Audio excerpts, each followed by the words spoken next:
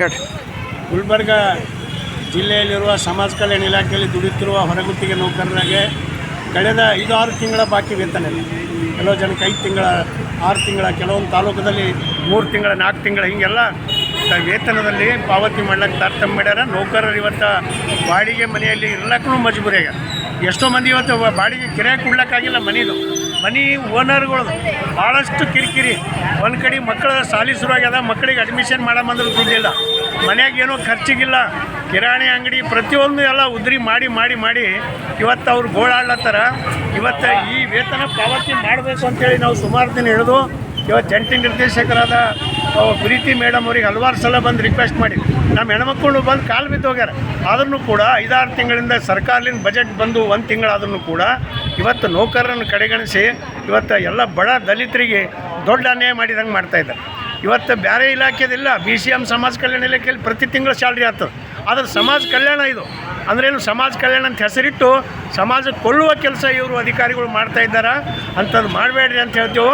ಇವತ್ತು ಹಲವಾರು ಸಲ ಹೇಳಿ ಬೇಸತ್ತೆ ಇವತ್ತು ಅಡಿಗೆ ಬಂದ್ ಮಾಡಿ ಇಲ್ಲಿ ಆಫೀಸ್ ಮುಂದೆ ನಾವು ಧರಣ ಮಾಡ್ಲತ್ತಿದ್ದೆವು. ಇವತ್ತು ಮಾನ್ಯ ಜಿಲ್ಲಾಧಿಕಾರಿಗಳಿಗೆ ಮನವಿ ಪತ್ರ ಕೊಡ್ತೇವೆ.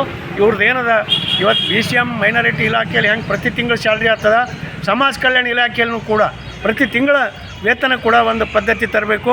ಈಗಾಗಲೇ ಸರ್ಕಾರ ನಾವು 25ನೇ ತಾರೀಕು ಬೆಂಗಳೂರಿನಲ್ಲಿ ದೊಡ್ಡ ಬೃಹತ್ ಹೋರಾಟ ನಡೆದು ಇವತ್ತು ಕನಿಷ್ಠ ವೇತನ 60% ಅಂದರೆ ಮಿನಿಮಮ್ ವೇಜ್ ನಾವು ಹೆಚ್ಚಿಗೆ ಮಾಡ್ತೀವಿ ಅಂತ ಇವತ್ತು ಸರ್ಕಾರ ಒಪ್ಕೊಂಡದ. ಅದಕ್ಕಾಗಿ ಸರ್ಕಾರಕ್ಕೆ ಅಭಿನಂದನೆ ಹೇಳ್ತೇವೆ. ಇವತ್ತು ಈ ವೇತನ ಪರಿಷ್ಕರಣೆ ಮಾಡಿ ಕೂಡಲೇ ಅದನ್ನು ಕೂಡ ಜಾರಿ ಮಾಡಬೇಕು. ಅಲ್ಲ, ಬಂದಿದ್ದ ವೇತನ ಕೂಡ ಈ ಅಧಿಕಾರಿಗಳು ವಿಳಂಬ ಮಾಡದೆ ಪ್ರತಿ ತಿಂಗಳು ಕೂಡ ವ್ಯವಸ್ಥೆ ಮಾಡಬೇಕು. ವಾರಕ್ಕೊಂದು ರಜೆ ಕೊಡಬೇಕು. ಮುಂಜಾನೆ 6 ಗಂಟೆಗೆ ಬಂದರೆ ರಾತ್ರಿ 11 ಗಂಟೆ ಆಗತ್ತೆ ಮನೆಗೆ ಹೋದಾಗ. ಮಕ್ಕಳು ಮಾರಿ ನೋಡೋದು ಮುಷ್ಕಿಲಾಗ್ಯದ. ಅದಕ್ಕಾಗಿ ವಾರಕ್ಕೆ ಒಂದಿನಾರ ನಮ್ಮವರು ಮನೆಯಾಗ ಮಕ್ಕಳಿಗೆ ಗಂಡದವರು ಅವ್ರ ಸಂಸಾರ ಕುಟುಂಬದೊಂದಿಗೆ ಕಷ್ಟ ಸುಖ ಹಂಚ್ಕೊಳ್ಳೋಕೆ ವಾರಕ್ಕೊಂದು ರಜೆ ಕೊಡಬೇಕಂತೂ ಕೂಡ ಇವತ್ತು ನಾವು ಹೋರಾಟ ಮಾಡ್ತಾಯಿದ್ದೆವು. ಮಾನ್ಯ ಜಿಲ್ಲಾಧಿಕಾರಿಗಳಿಗೆ ಹೋಗಿ ಮನವಿ ಪತ್ರ ಕೊಟ್ಟು ಅವರು ನಮ್ಮ ಬೇಡಿಕೆಗಳೆಲ್ಲ ಹೊಸ ಜಿಲ್ಲಾಧಿಕಾರಿಗಳ ಗಮನಕ್ಕೆ ತಂದು ಈ ಹೋರಾಟ ಮುಕ್ತಾಯ ಮಾಡ್ತೀವಿ.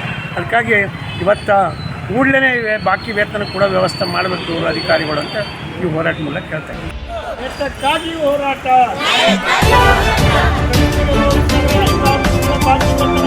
ಮಾಡಲೇಬೇಕು.